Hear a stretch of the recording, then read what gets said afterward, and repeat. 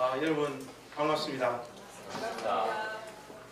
제가 이 사람들을 좀 불러 모으는데 은사가 있긴 있는가 봐요. 저는 단체로 이렇게 길법교회에서 우리 교회로 온 줄 알았습니다. 제 교회를 바꾸시기로. 그게 아니고 보니까 신천지에서 이렇게 오신 것 같아요. 뭐 그렇습니다. 그래서 여러분들 너무 신경 쓰실 거 없고, 우리 가족들 오늘 이렇게 함께 모였는데, 오늘은 이제 특별히 광고 시간에 또 여러분들에게 말씀을 드리겠습니다만은, 제가 북미에 가서 2주 동안 말씀을 전하고 와야 돼서 또 여러분들 또 한 보름 정도 이렇게 못 볼 것 같아요. 그래서 어제 저녁에는 잠이 잘 안 오더라고요. 우리 가족들도 보름 동안 어떻게 지낼까 이런저런 걱정들도 많이 되고, 또 제가 떠나 있는 동안 목사가 없어도 아무런 지장이 없는 그런 교회라는 걸 여실히 한번 보여주시기를 주님의 이름으로 부탁합니다. 그래서 이제 우리 가족들이 많아지다 보니까 누가 누군지 이렇게 잘 몰라요. 잘 모르면 신천지가 와 있어도 환영을 하게 됩니다. 우리 옆에 우리 가족들하고 또 저하고로 한번 따뜻하게 인사 나누고 그렇게 우리 하나님 말씀 받도록 하십시다.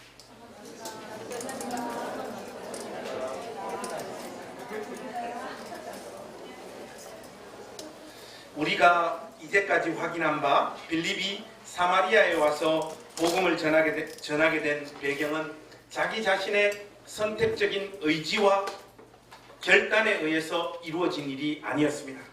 스데반의 증언으로 인한 큰 핍박이 예루살렘에 일어났고, 그것이 결정적인 계기가 되어 사도들을 제외한 나머지 모든 권속들이 원근각처로 흩어지게 되었죠. 빌립은 어떤 과정과 경로를 통해서 이 사마리아라고 하는 지역에 와 있는지 모르지만, 이 사마리아 지역에 와서 주의 복음을 전하는 역할을 지금 맡고 있습니다. 여러분들도 잘 아시다시피 이 사마리아라고 하는 지역은 유대인들에게 있어서 상종 못할 인간들이라고 하는 딱 지역적으로 딱 찍혀버린 그런 동네죠. 빌립이 비록 헬라파 유대인이기는 하지만 말 그대로 유대인입니다. 그의 정서와 신앙적인 소신에 있어서 이 사마리아 사람들과 함께 교제하고 그들에게 하나님 말씀을 끊김없이 전가한다라고 하는 것은 정서적으로 빌립에게는 꽤나 어려운 일이었던 것이 틀림없죠. 그럼에도 불구하고 이 빌립은 자신이 도망간 그 현장에서 담대히 주의 복음을 선포했습니다. 하나님께서는 큰 이적과 기사를 동반하사 빌립이 선포하는 복음의 능력을 더하여 주셨습니다.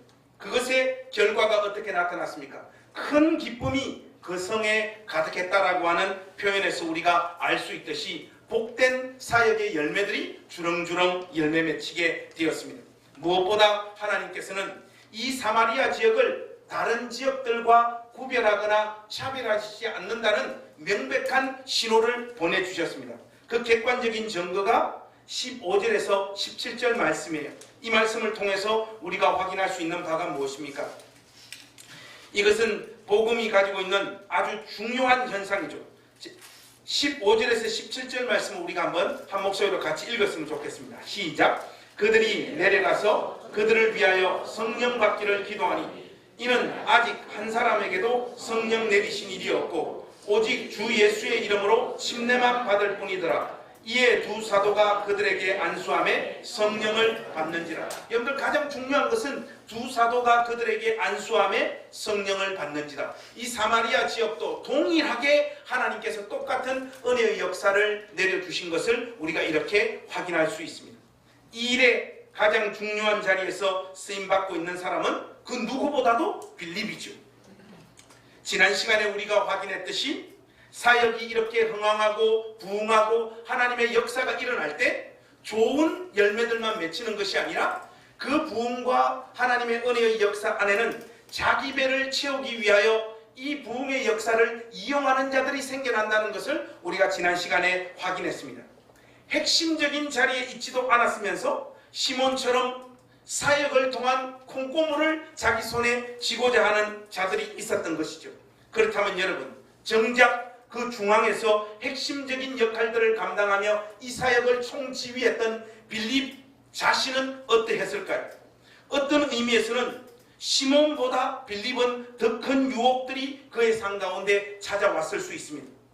빌립의 삶을 사마리아라는 아주 특수하며 상호 베타 지역으로 인도하사 복음의 능력을 펼치는 일에 귀하게 사용하신 하나님은 그 사역에 대한 열매와 성취를 맛보는 자리에 빌립을 그냥 앉혀두지 아니하셨다라는 것. 이것이 오늘 설교의 흐름에 있어서 아주 우리가 중요하게 살펴봐야 될 내용입니다.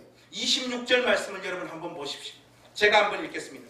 주의 사자가 빌립에게 말하여 이르되 일어나서 남쪽으로 향하여 예루살렘에서 가사로 내려가는 길까지 가라 하니 그 길은 광야라. 이 말씀을 보시면 빌립의 삶을 인도하시는 분은 주의 사자입니다. 이 주의 사자는 과연 누구일까? 오늘 우리가 읽은 이 본문 말씀 29절과 39절 말씀을 근거로 추론해 보자면 이 주의 사자는 성령인 것이 분명해 보입니다. 성령께서 친히 빌립의 삶과 다음 사역지를 결정하는 모습을 우리가 확인하고 있는 것이죠. 이 부분이 오늘 설교에 있어서 가장 중요한 내용입니다. 그를 인도하는 곳이 어디인지를 성경은 비교적 상세하게 우리에게 소개하고 있습니다. 예루살렘에서 가사로 내려가는 길까지 가라, 그렇게 말씀하고 있습니다. 이곳은 블레셋 다섯 성읍 중에 가장 작은 곳이고 지중해 연안 근처에 있는 이 가사라고 하는 지역은 지금 빌립이 있는 지역에서 약 100km 정도 떨어져 있는 지역입니다. 이곳으로 성령님께서는 빌립의 사역지를 옮기고 있는 것을 우리가 확인하고 있습니다. 이 가사 지역을 지나 이집트까지, 더 나아가 아프리카 대륙까지 이어지는 거예요. 정확하게 지금 빌립이 부름받고 있는 이곳은 고대 국제고속도로의 마지막 휴게소 정도로 여러분들이 이해하시면 가장 좋을 것 같습니다. 이게 우리 상황에 비유하자면 지금 어떤 상황인가 하면요, 개척에서 성도 1000명 정도 모이는 교회를 만들어 놓고 그 다음 스텝을 그 1000명의 성도라고 하는 인적 네트워크를 통하여 무언가를 준비하려고 했던 사람에게 하나님께서 너는 강원도 저 깊은 영월 산골짜기에 가서 나의 지시를 받을 준비를 해라, 그런 상황이란 말이죠.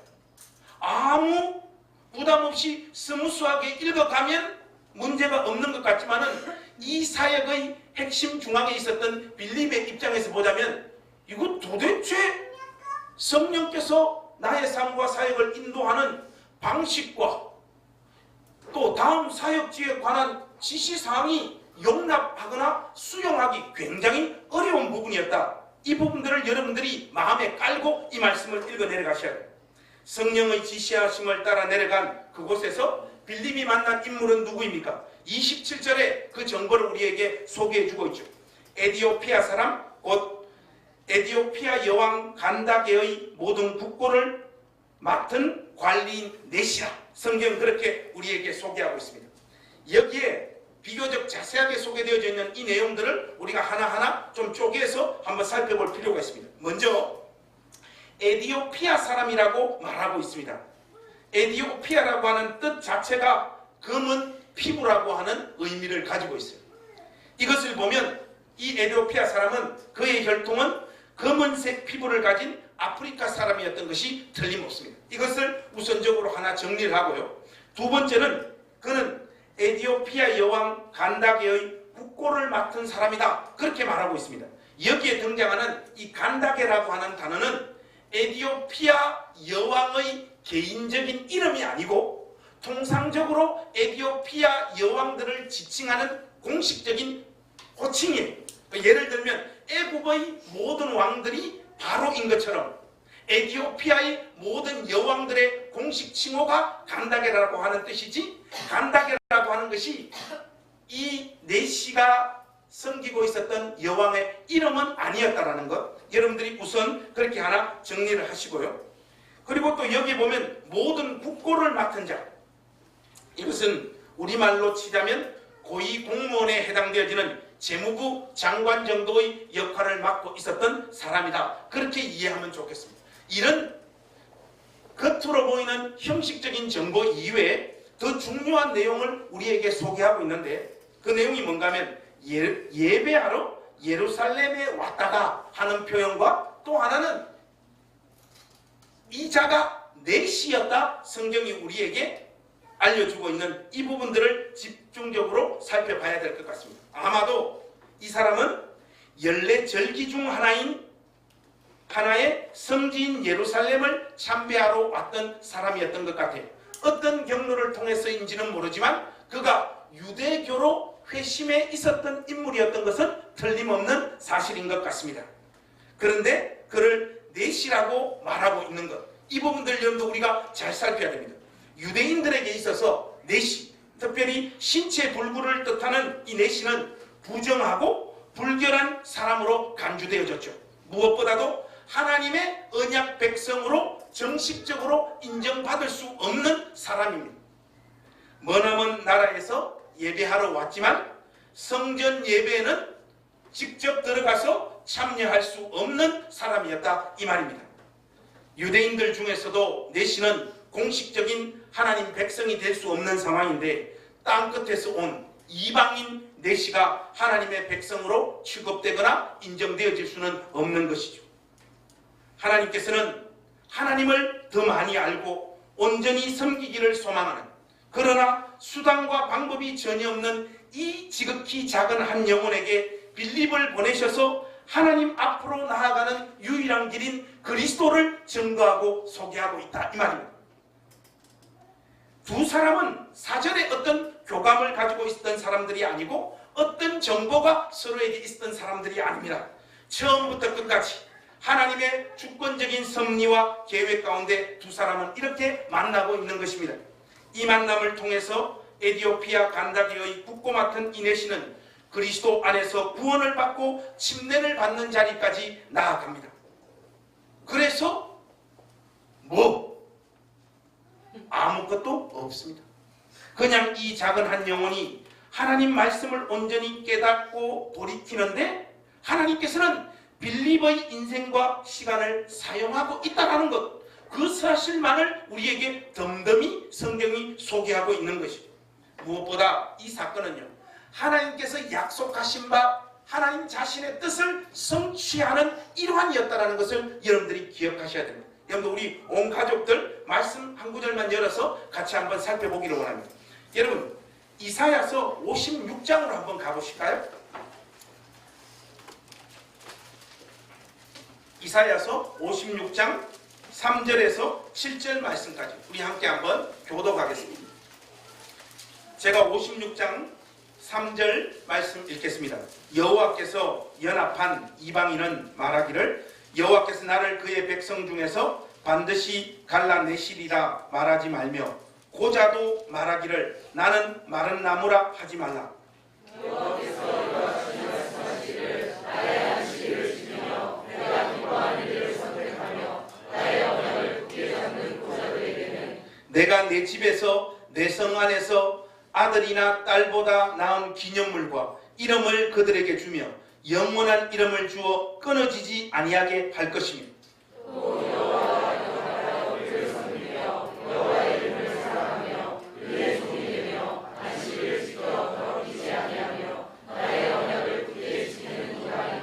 절 우리 다 같이 하실까요? 내가 곧 그들을 나의 성산으로 인도하여 기도하는 내 집에서 그들을 기쁘게 할 것이며 그들의 번제와 희생을 나의 제단에서 기꺼이 받게 되리니 이는 내 집은 만민이 기도하는 집이라 일컬음이 될 것입니다. 내시, 즉 이 고자 역시 하나님의 언약 백성이 되는 길을 하나님은 여러 제칠이라고 약속하셨고, 그 일을 지금 빌립이라고 하는 인물을 통하여 실제적으로 성취하시며 이루고 있는 것을 우리가 이렇게 확인할 수 있습니다. 사마리아에서의 큰 사역의 열매와 성공은 빌립의 삶에 그 어떤 유익이나 영향도 미치지 못하고, 단지 아프리카에서 온 내시 한 사람을 위해 하나님은 빌립을 그곳으로 보내고 있었던 것입니다. 그것이 복음 전도자의 삶의 본질이라는 것을 우리가 잊어서는 안 되는 것입니다. 이렇게 어려운 결단을 통해서 이루어지는 이 에디오피아 사람이 예수를 믿게 된 이 은혜의 역사 다음의 행보는 무엇일까요? 하나님은 어떤 패턴과 방식을 가지고 빌립의 삶을 인도해 가고 있는 것이 틀림없는 것 같습니다. 여러분 8장 39절과 40절 말씀 한번 보십시오. 그를 구원받게 하고 침례를 준 다음 하나님께서 빌립의 삶을 어떻게 인도하십니까? 39절 40절 우리 한번 같이 읽겠습니다. 시작. 둘이 물에서 올라올새 주의 영이 빌립을 이끌어 간지라. 내시는 기쁘게 길을 가므로 그를 다시 보지 못하니라. 빌립은 아소도에 나타나 여러 성을 지나다니며 복음을 전하고 가이사랴에 이르니라. 여러분 39절 보면 아주 인상적인 두 표현이 있습니다. 하나는 뭔가 하면 둘이 물에서 올라올새 뭡니까?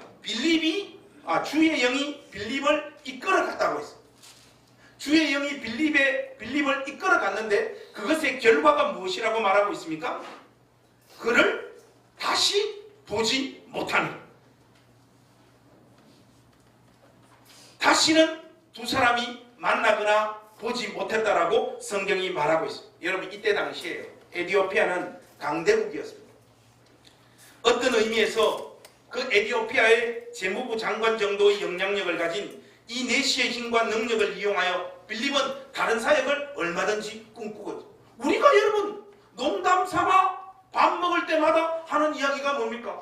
우리 교회 재벌 한 놈 오지 않는가? 예배당은 좁고 장소는 구해야 되는데 돈이 없는데 여기 부자 한 명 와서 이건희가 한 주만 출석해서 11조 한 번만 했으면 좋겠다. 그 이야기를 여러분들이 다 저에게 한두 사람이 한 게 아니잖아요.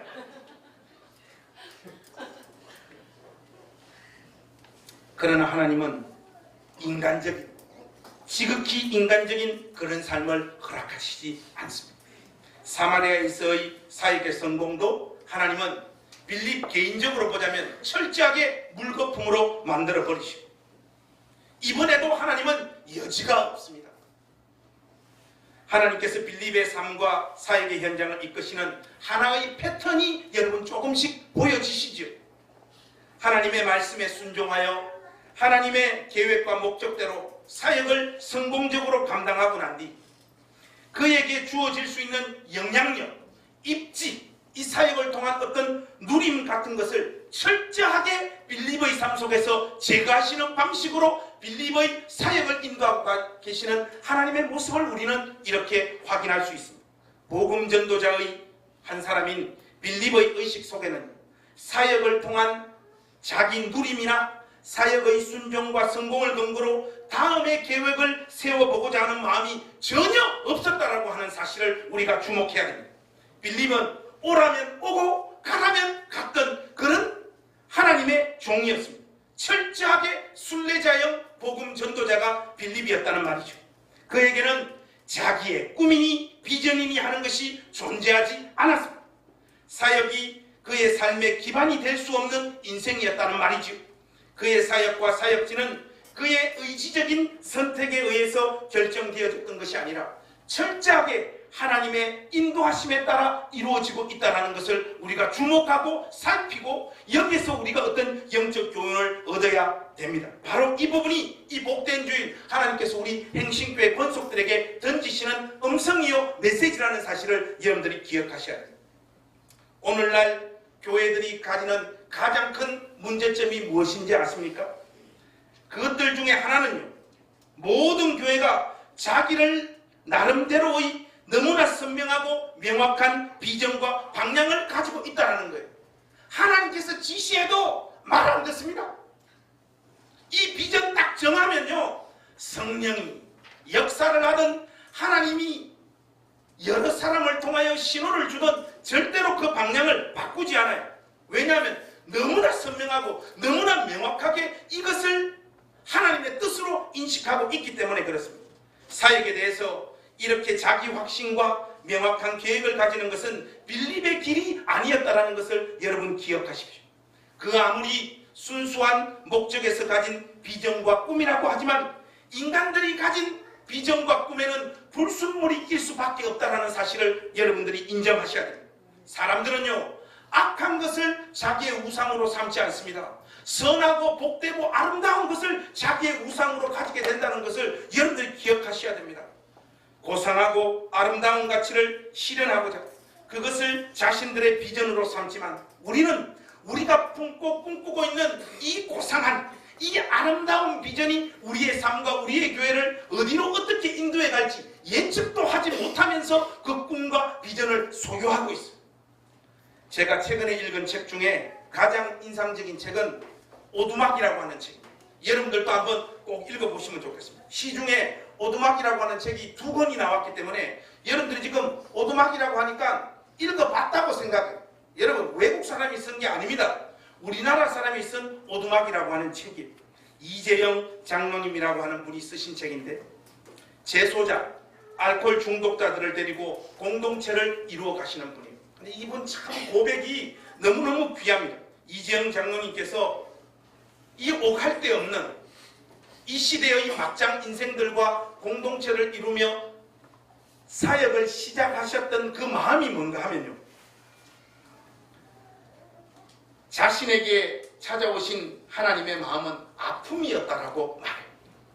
그 낮고 낮은 사람들을 향한 하나님의 슬픔과 눈물을 자기는 잊을 수가 없어서 이들과 함께 공동체를 시작했다라는 겁니다.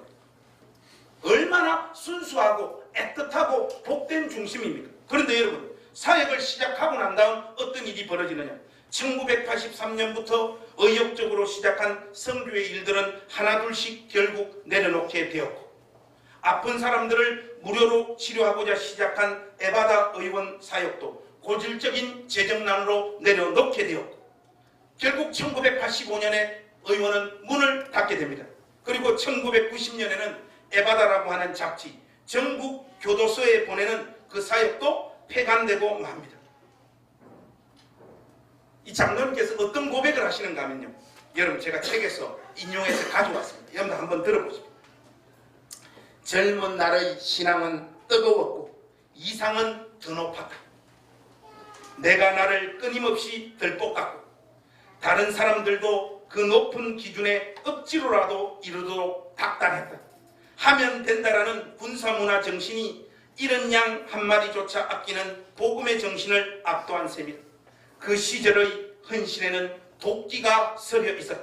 그 탓에 복음의 온기도 사늘하게 식어버리곤 했다. 여러분 이렇게 복되고 순수한 마음으로 시작했던 사역들이 이렇게 흘러가는 생생한 모습을 이 장로님이 지금 확인하고 있는 거 아니에요. 여기에 더 복된 또 고백이 있습니다. 여러분 저는 남이 잘 됐다라고 하면 이상하게 은혜가 안 되고 이런 게 이상한 은혜가 되는데 한번 들어보세요. 나는 복음의 정신이 사랑이기 때문에 일방적이라도 해도 사랑만 강조하면 모든 문제가 해결될 것이라고 여겼다. 그것이 일방적 시혜를 베풀어서 사람들을 옴짝달싹하지 못하게 몰아넣고 거역 못할 굴종을 강요하는 것인지도 모르고 말이다. 그때까지도 나는 오름을 내려놓을 수 없었다. 저는 여기에서 어떤 뭐가 가슴에 꼽힙니다. 그때까지도 나는 오름을 놓을 수 없었다. 그들을 변화시키겠다면서 정작 나는 변하지 않은 상태로 10여 년을 그렇게 발부둥치면서 나도 점차 지쳐 나갔다. 여러분 얼마나 절절하고 솔직한 이야기입니까? 이것은 무언가를 잘해보고자 자신의 생을 어떤 사역에 던져본 사람만이 느낄 수 있는 심정이에요. 여러분들은 느낄 수 없고 저 같은 사람만 느낄 수 있는 거예요. 저도 참 비슷했어요. 대부분의 교회와 사역자들이 이 지점을 넘지를 못합니다. 자기의 꿈, 자기의 비전, 자기의 정결한 하나님을 향한 순수하고 깨끗한 그 꿈과 비전을 내려놓지를 못하는 거예요.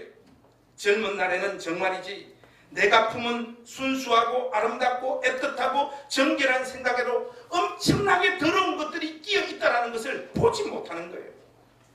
그래서 그때는 생각이 좀 있는 사람들은 이상과 꿈의 노예가 되어서 살게 되어집니다.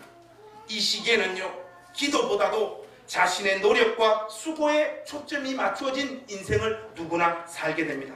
기도를 하긴 하죠, 물론 이때도. 그런데 알고 보면 그게 기도가 아니에요. 내가 내가 하는 일에 하나님은 도장과 승인을 해달라는 겁니다. 하나님을 향하여 깡을 부리는 것이 기도가 되어버리는 것이죠. 맥락이 조금 다른 이야기이긴 하지만 나이 45을 넘어가려고 하니까요. 진짜 기도가 뭔지 조금씩 알겠어요. 이제서야 정말 기도가 무엇인지, 왜 하나님 앞에 엎드려 기도해야 되는지를 절감하게 되어집니다. 40 전에 기도의 필요성을 알았다고 이야기하는 젊은 애들은 전부 다 똥폼을 잡고 있는 겁니다. 그거 다 거짓말이에요.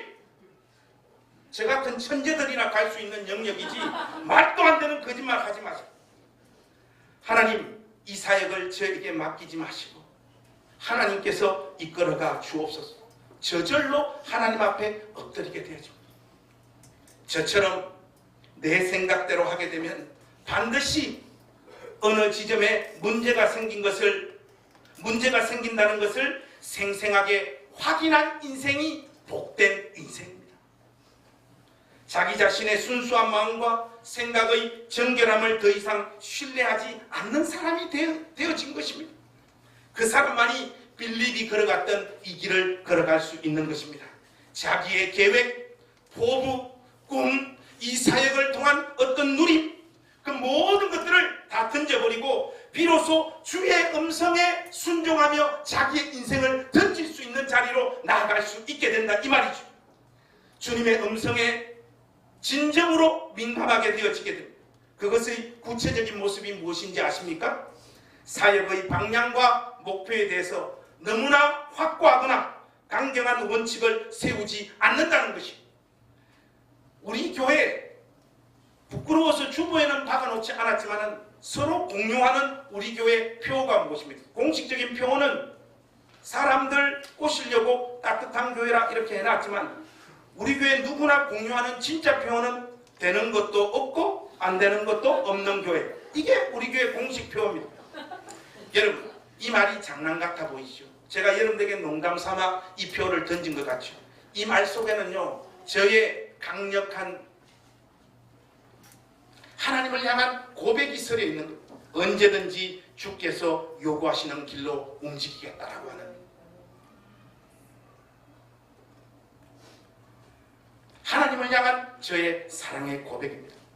다른 말로 하면 내 사역의 경험과 통찰이 전부가 아니라는 확신이 있고, 알고 보니 그것은 참으로 작은 파편에 불과하다는 것을 이 나이 이 시점쯤에 와서 확인하고 있는 하나님을 향한 절절한 저의 깨달음이요 고백입니다. 세상에서 제일 무서운 것이 무엇인가? 오름으로 사람들을 굴복시키려 하는 것입니다.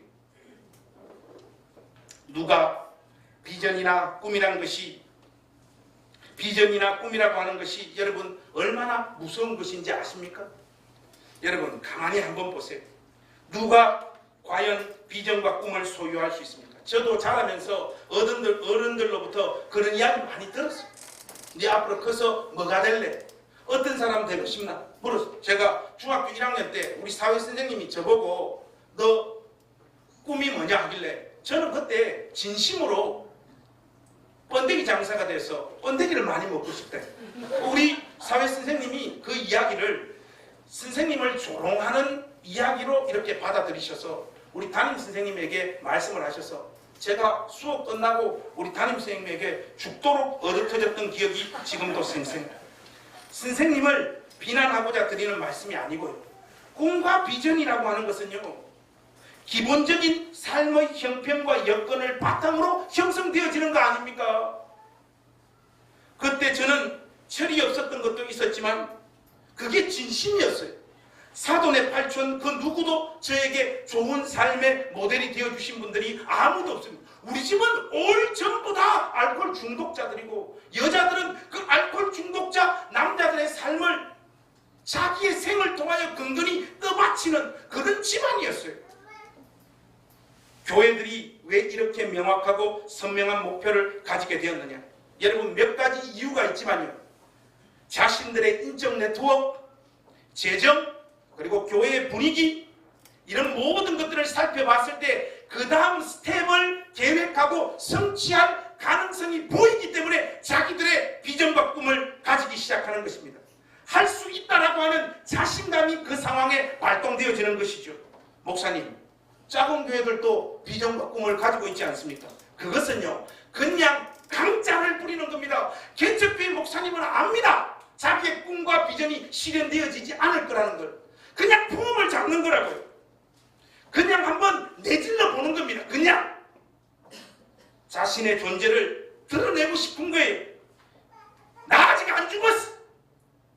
아직 게임 안 끝났어. 그러다가 죽습니다. 다시 말하면요, 자신들의 존재감을 발산을요, 그게 현실화되어지지 않는 상황에서 거기에 깡을 부려보는 것, 그 이상도 그 이하도 아니다 이 말이에요. 인간은 누구나 살아있음을 강렬하게 느끼고 싶어합니다. 특히 한국 사람들이요, 유독 이런 부분이 아주 강합니다. 여러분, 혹시 내복단 혁명이라는 혁명을 들어보셨습니까? 아마 우리 가족들 중에는 아무도 없을 겁니다. 이 내복단 혁명으로 불리우는 바츠 해방전쟁, 아주 유명하죠. 2004년에서 2008년까지 벌어진 리니지라는 인터넷 게임에서 벌어진 사건입니다. 게임 역사상 전 세계적으로 전무후무한 일이 우리나라에서 벌어졌어요. 초절정 게임 고수들의 폭거에 맞서서 20만 명의 내복단들이 힘을 합쳐가지고 이 초절정 게임 고수들을 무너뜨렸습니다. 민초들의 난이 일어난 거예요. 이들 대부분은 돈이 없어서 갑옷도 못 입고 대부분 다 천으로 된 옷을 입고 이 초절정 게임 고수들과 20만 명이 모여가지고 4년 동안 싸움해가지고 결국 그들을 무너뜨렸어요. 이게 바로 내복단 혁명이라고 하는 게임 역사상 전무후무한 일이 한국 땅에서 벌어진 거예요. 나도 그때 내복단 혁명의 일원이었다. 그들은 게임을 끝내는 그 순간까지 이 자부심 하나로 버티고 살았습니다. 무시당하거나 자신의 존재감을 발산하지 못하면 견디지 못하는 경향이 한국 사람들에게는 유독 심합니다. 이것이 불의한 권력을 뒤집어 엎는 역사들을 만들어내는 자랑스러운 우리 조국의 민주화 운동이라든지 여러 가지의 삶의 열매들이 있었던 것도 있지만은 이것이 긍정적인 형태로만 표출되어지지 않더라는 것. 우리는 조용히 주님을 섬기거나 사는 법을 알지 못합니다. 자기가 주인공이 되어야 하고 자신의 존재가 다른 사람들에게 분명하게 인식될 수 있는 기회를 목말라 하는 것이에요. 그래서 그런 것입니까? 교회도 개인이나 또 집단적으로 자기 증명의 욕망에 유독 깊이 사로잡혀 있는 것을 우리가 확인하고 보게 되어집니다. 주의 영광을 위하여 달려가는 길이라고 생각한 끝에 특정한 삶과 목표를 비전화하고 그것을 온 힘을 다해 이루는 것을 기독교 신앙의 지상과제로 생각하는 사람들이 교회 안에 너무 많아요. 그런 사역자들이 지천에 깔렸고 그런 성도들이 교회 안에 가득합니다. 우리 교회는 다른 교회와 다르다는 것이죠. 주의 말씀으로 성도들을 가르치고 양육하는 일이 교회에게 맡겨진 고유한 사명인 줄로 믿습니다. 문제는 그 말씀을 순전하게 풀어 설명하는 일에 마음을 쏟기보다는 자신의 목회와 삶의 철학들을 하나님 말씀인 양 생각해서 그것을 교회 운영 원칙으로 삼는 목회자들과 교회 중직들이 교회 안에 흘러 넘치고 있다는 것. 이것은 여러분 빌립이 걸어갔던 하나님의 인도함을 받는 방식이 결코 아니었어요. 그냥 자기가 하고 싶은 일을 한다고 솔직하게 말을 하십시오. 하나님이 수행하라고 주신 꿈이라고 뻥을 치지 말란 말입니다. 솔직히 말하면 자기가 좋아서 선택한 꿈이지 하나님께서 내린 명령을 수행하는 차원에서 진행하는 일은 아니지 않습니까? 언제 하나님께서 우리에게 기도원을 세우라고 말했고 대안학교를 세우라고 말했고 1000명의 성도를 모으라고 했고 다음 세대를 위한 교육관을 건립하라고 언제 하나님께서 우리에게 그러한 꿈과 비전을 주신 적이 있습니까?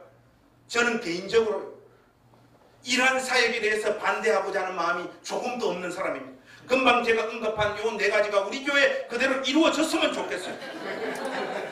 그러나 여러분 이게 하나님께서 우리에게 우리에게 주신 계시는 아니지 않냐 이 말이에요. 함께 모인 우리가 이루고 싶은 일이지 어떻게 이게 하나님의 비전과 꿈일 수 있습니까? 왜 이것을 하나님의 뜻으로 선포하고 사람들을 설득을 해서 이 자리에 헌신하게 만드느냐 말이에요. 교회가 특정한 사역을 위해 부름받았다라고 하는 확신과 감동이 있다고 하더라도 주님께서 우리에게 이 일을 하라고 명령하셨습니다라는 표현은 쉽게 사용해서는 안 되는 말입니다. 눈먼 자들의 도시를 쓴 주제 사마라구, 사람 노벨 문학상을 탄 사람이죠. 이 사람의 일성에 우리가 귀를 기울일 필요가 있습니다. 여러분 한번 들어보시죠. 나는 아무도 설득해서는 안 된다라고 배웠다. 설득이란 작업은 상대에 대한 존중이 결여된 행동으로 타인을 자신의 식민지화하려는 의도와 마찬가지다. 목회자와 교회 중직들은 자신들의 꿈과 비전을 가지고 성도들을 설득하는 자리에 서 있는 존재가 결단코 아닙니다. 하나님 말씀 앞에 압도된 삶이 무엇인가를 자기의 생을 통하여 구체적으로 보여주는 사람인과 동시에 그 말씀 이외의 것들로 사람들을 미혹하거나 다스리고자 하는 일체의 욕망을 내려놓는 사람, 그 사람이 목회자요 교회의 중직들인 줄로 믿습니다. 목사와 교회에게 왜 자신들이 가지는 고유한 비전과 꿈이 필요합니까? 하나님의 말씀을 차분히 전하고 가르치는 것만 해도 우리의 전 생애를 다 투자하고 드려도 부족한데 말이죠. 왜 명확하게 행하라고 말씀하시는 것들을 우리의 비전과 꿈으로 삼지 않고 우리의 생각과 우리의 꿈과 우리의 비전을 하나님 말씀을 섞고 혼합해서 하나님 뜻과 하나님의 계시로 둔갑시키냐 이 말입니다. 이게 전부 다 자기의 영광성을 쌓으려고 하는 심보가 아니고 무엇이겠습니까? 빌립은 그의 사역을 통하여 한평생 누린 것이 없었다라는 사실을 여러분 가슴 깊이 새겨 넣으시기를 주님의 이름으로 부탁합니다. 빌립이 걸어간 길과 사역은 그런 성격을 가지고 있지 않았습니다. 아니 사도행전에 등장하는 그 누구도 자신의 꿈과 비전을 하나님의 뜻으로 정당화시킨 사람들이 아무도 없어요. 신자는 하고 싶은 일을 하는 자들이 아니라 해야만 하는 일들에 자기의 생을 던져야 되는 사람인 줄로 믿습니다. 교회가 너무 명확한 비전을 설정하고 사람들에게 거룩한 부담과 역할을 맡기고 또 쪼아서 그 목표를 현실화시키는 것이 왜 문제가 되는지 여러분 아십니까? 그 구성원들은요 반드시 그 사역의 열매의 단맛을 빨아먹게 되어져 있습니다. 그 맛은 더 이상 전심으로 하나님의 뜻과 하나님을 의지하지 않는 자리로 공동체 전체의 삶을 몰아가게 되어져 있다는 것. 이것 때문에 교회는 확고부동한 비전을 가지기보다는 명백하게 계시되어진 하나님 말씀을 교회 운영의 유일한 원칙으로 삼아야 되는 곳인 줄로 믿습니다. 이런 메시지와 관련해서 마지막으로 우리 행신교회 가족들에게 드리고 싶은 말씀이 있습니다. 누구나 조금은 안정적이고 예측 가능한 삶을 살고 싶어 합니다. 빌립인들 안 그렇겠습니까? 그러나 성도는 그러한 자리로 부름받은 자들이 결단코 아닙니다. 우리는 매일매일 우리를 향해 다가오는 별것 없어 보이는 그저 그런 삶, 예측하기 어려울 뿐만 아니라 계획한 것이 여지없이 무너지는 그 삶을 자폭하지 않고 하나님을 사랑하고 경외하는 마음으로 감당하는 자리로 초대받고 있는 사람들임을 잊지 마십시오. 어제 먹은 밥이 오늘의 배고픔에 전혀 도움이 안 되는 것처럼 우리의 삶과 신앙의 여정도 비슷한 것 같아요. 어제까지의 승리가 오늘의 승리를 보장하지 못하며 오늘 짊어져야 할 생의 문제를 가볍게 하지 않습니다. 목사님, 예수를 수년 동안 믿었는데도 불구하고 잘 모르겠어요. 인생이 뭔가 모르겠고 신앙이 뭔지 잘 모르겠어요. 막막하고 답답합니다. 이런 이야기를 쏟아놓는 어른들이 많습니다. 제가 지금보다 나이가 좀 어렸을 때는요, 어른들의 이런 고민들과 고백들에 한숨이 터져나오다. 한평생 예수 믿었는데도 쏟아놓는 고백이 저런 말밖에 없나? 누구 하나 사석에서 진지하게 이야기를 해보면 예외가 없더란 말이죠. 근데 젊었을 때 정말로 이런 고백을 쏟아놓는 어른들이 이해가 되어지지 않더라고. 도대체 예수를 어떻게 믿었길래 인생이 저물어가는 시점에 쏟아놓는 고백이 저런 말밖에 없느냐? 그런데 조금 더 살아보니까 그것이 정상이고 그것이 우리 삶을 이끄는 하나님의 복된 은혜의 손길이라는 것을 조금씩 알게 되었습니다. 저 지점 바로 그 고백을 쏟아놓는 자리에 가서야 우리네 인간들이 얼마나 연약하며 별것 없는 존재들인지를 절감하게 되고 그것의 최종적인 결과가 하나님 앞에 엎드려 간절히 기도하는 삶으로 나타나더라고요. 젊었을 때 기도 안 하잖아요. 인간과 인생을 알아야 비로소 진정한 기도의 자리에 서게 되는 것을 확인하게 되어집니다. 이런 우리에게 진실로 필요한 것은 우리가 설정한 우리의 삶의 비전과 목표가 아니라 온 마음을 다하여 하나님 말씀을 사랑하고 순종하고 의지하는 것이 우리에게 진정한 복이 된다라고 하는 자각인 줄로 믿습니다. 여러분, 아브라함이 부름받아 걸어갔던 길도 한번 생각해 보십시오. 히브리서 11장 8절에 이렇게 고백하잖아. 믿음으로 아브라함은 부르심을 받았을 때 순종하여 장래의 유업으로 받을 땅에 나아갈새 갈 바를 알지 못하고 나아갔으며 갈 바를 알지 못하고 나아갔으며. 목사님 설교를 다 듣고 나면 그래서 뭘 해야 될지를 모르겠어요. 어른들은 예의가 있어서 그런 말을 안 하는데 청년들이 간땡이도 크게 저한테 그런 질문을 카톡으로 마구마구 쏟아놓고 있습니다. 제가 그렇게 무책임한 사람은 아니잖아요. 답을 드리겠습니다. 지금 여러분들이 만나고 있는 현실과 여러분들이 만나고 있는 사람들을 더 많이 사랑하고 아끼고 섬기는 사람들이 되십시오. 그것이 하나님이 여러분들을 부른 사역의 현장입니다. 그 현장이 바로 우리의 사역지며 하나님께서 인도하신 섭리의 현장임을 놓지 마십시오. 잊지 마십시오. 제가 아직 여전히 어리지만 친구, 형제, 후배, 동기 이런 거 전부 다 소용없다는 걸 제가 알게 되었습니다. 우리 누나가 저한테 하는 불평이 있습니다. 특히 둘째 누나하고 셋째 누나가 어떤 불평을 많이 합니다. 니는 보니까 어디 가서 설교에서 이렇게 돈도 이렇게 좀 받고 하는데 왜 우리는 한 번도 안 도와주냐. 우리 누나들 잘 못 살거든요. 미쳤습니까? 거기 도와주게? 여기가 제 사역지입니다. 진짜 나의 가족과 친구는 지금 내 옆에 있는 사람들이며 이들을 위해서 우리의 목숨과 청춘을 바쳐 바로 내 옆에 있는 사람들을 섬기는 것이 주의 뜻이며 주님께서 허락하신 지금 현장, 지금 이 순간 우리에게 허락해 놓고 있는 우리의 믿음을 증명하고 시험하는 곳이라는 것을 잊지 마십시오. 혈통적이고 생물학적인 가족 관계, 이거 별로 중요한 것이 아니고 예수 믿는 사람들은 이것을 뛰어넘어야 되는 줄로 믿습니다. 왜 이렇게 아멘이 작습니까, 여러분? 돈 벌어도 부모님 안 갖다 줘도 된다라고 하는 해방의 말씀을 선포하는데도 이렇게 눈치를 못 채고 있습니다. 교회가요, 사람들과의 관계보다 특정한 목표나 꿈과 비전을 향해서 달려갈 때 교회는 반드시 휘청거리게 된다는 사실을 잊지 마십시오. 우리의 다음 스텝이요? 몰라요. 저도 모르고 여러분들도 모릅니다. 그것은 우리의 몫이 아닙니다. 하나님의 몫입니다.